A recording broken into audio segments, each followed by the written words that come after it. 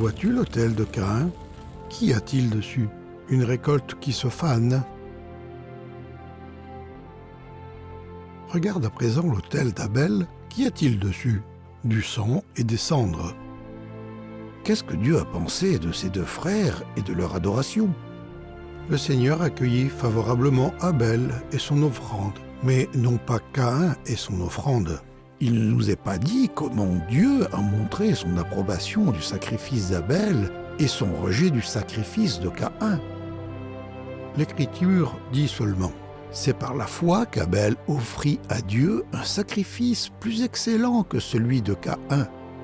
C'est par elle qu'il fut déclaré juste, Dieu approuvant ses offrandes.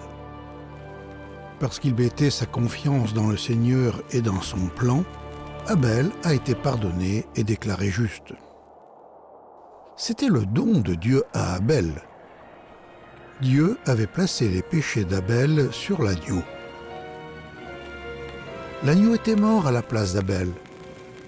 Le sang de l'agneau avait été versé et son corps brûlé en cendres. La juste colère de Dieu contre le péché était tombée sur l'agneau et non sur Abel. Pourquoi Dieu était-il satisfait de l'agneau sacrifié d'Abel? Parce qu'il représentait le Sauveur à venir qui allait un jour payer en totalité la dette de péché du monde. Par sa foi dans le plan de Dieu, Abel était à présent dans une juste relation avec Dieu. Plus tard, quand Abel mourrait, au lieu d'être séparé de Dieu pour toujours, il allait être avec Dieu qui était à présent son ami. La loi de l'offrande pour le péché avait triomphé de la loi du péché et de la mort.